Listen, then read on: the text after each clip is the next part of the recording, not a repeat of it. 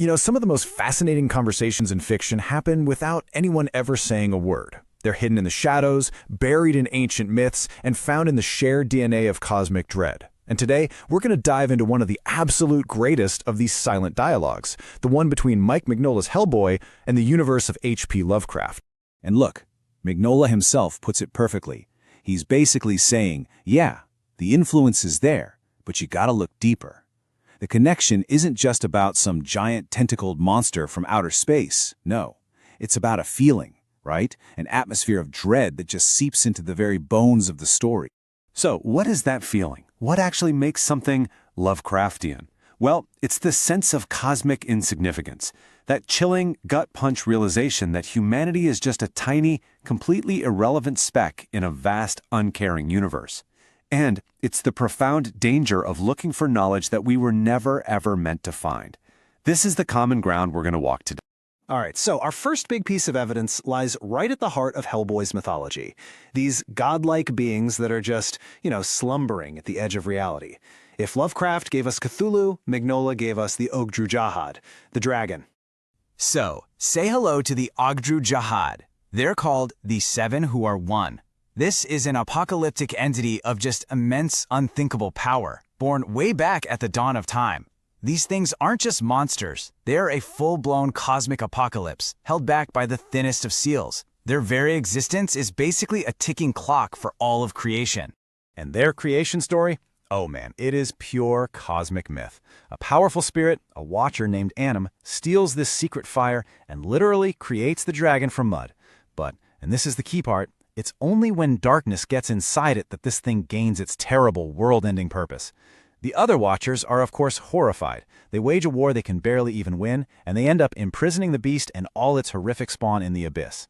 This isn't just a backstory, it's a war in heaven that sets the stage for everything that's going to come. And this, right here, is the core connection. The Ogdru Jahad aren't evil in a way we can understand. They don't hate us. Honestly, they probably don't even know we're here. They are a force of nature, a cosmic reality whose awakening simply means our unmaking. That absolute indifference, that is the very soul of Lovecraftian horror. Okay, but these giant cosmic forces, they don't just exist in a vacuum, right? The real horror, in both Lovecraft's world and Mignola's, really ignites when humanity starts meddling, when we start seeking out truths that are fundamentally toxic to our sanity and our survival. In the Hellboy lore, this whole conflict basically boils down to two opposing philosophies. You've got the right-hand path, which believes some knowledge is just too dangerous and has to be guarded. And then you have the left-hand path, which is totally driven by ego, and believes that if power exists, it should be seized and used no matter what the cost is. And guess what? The consequences are always catastrophic. When the Black Goddess first shared these cosmic secrets, it didn't lead to some great enlightenment. It led to the total collapse of a golden civilization. Time and time again, these cults, driven by this arrogant belief that they can control the uncontrollable, they just bring ruin on themselves and everyone else. It's a pattern of hubris that Lovecraft would have given a slow clap to. Okay, now this is where things get really cool. This brings us to the art itself. How does Mignola succeed where so many others fail? How does he actually visualize a horror that is, by its very nature, supposed to be indescribable? I mean, think about it. This is the great challenge of adapting Lovecraft, right? His writing gets its power from suggestion, from telling you about horrors so vast and alien that the human mind just breaks when trying to even perceive them. So how on earth do you draw that? Well, Mignola's answer is brilliant. He doesn't try to draw the monster perfectly, he draws the feeling of the monster. His art is a language of dread. Those heavy blacks you see everywhere, they're not just shadows, they're voids. They're like pieces of the abyss pressing into our world. The stark compositions and that constant sense of ruin, it all creates this atmosphere of decay and forgotten time.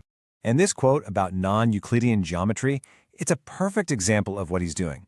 His art often uses what feels like angles that are just a little off, perspectives that feel subtly, deeply wrong. He's weaponizing our pattern-seeking brains against us.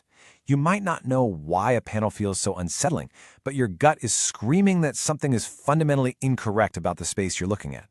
He makes you feel the wrongness that Lovecraft could only ever describe. Okay, so after all these similarities, the cosmic gods, the forbidden knowledge, the architectural dread, we finally arrive at the great divergence. This is where Mignola slams on the brakes. This is where he stops quoting Lovecraft and starts arguing with him. You have to remember Hellboy's destiny. His true name is Anung Unrama, and that giant stone hand of his, it's not just a powerful weapon, it's the literal key designed to unlock the prison of the Ogdru Jahad.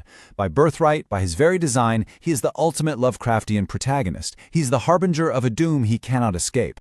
But here's the genius, the total subversion. A Lovecraftian hero is a fragile human who discovers a terrible truth and is absolutely destroyed by it. Hellboy? He is the terrible truth. He was born from it. And when he's confronted with this cosmic, inescapable fate, his response isn't to go mad with despair. It's to grunt, light a cigar, and punch fate right in the face. So what this all means is that Hellboy isn't just paying homage to Lovecraft. It's a direct, humanist response to his cosmic pessimism. Mignola takes the entire framework of cosmic horror, the ancient gods, the maddening truth, the inescapable destiny, and at the center of it all, he places a hero who simply refuses to accept it. He just says, nope, he rejects fatalism. And that leaves us with a final thought.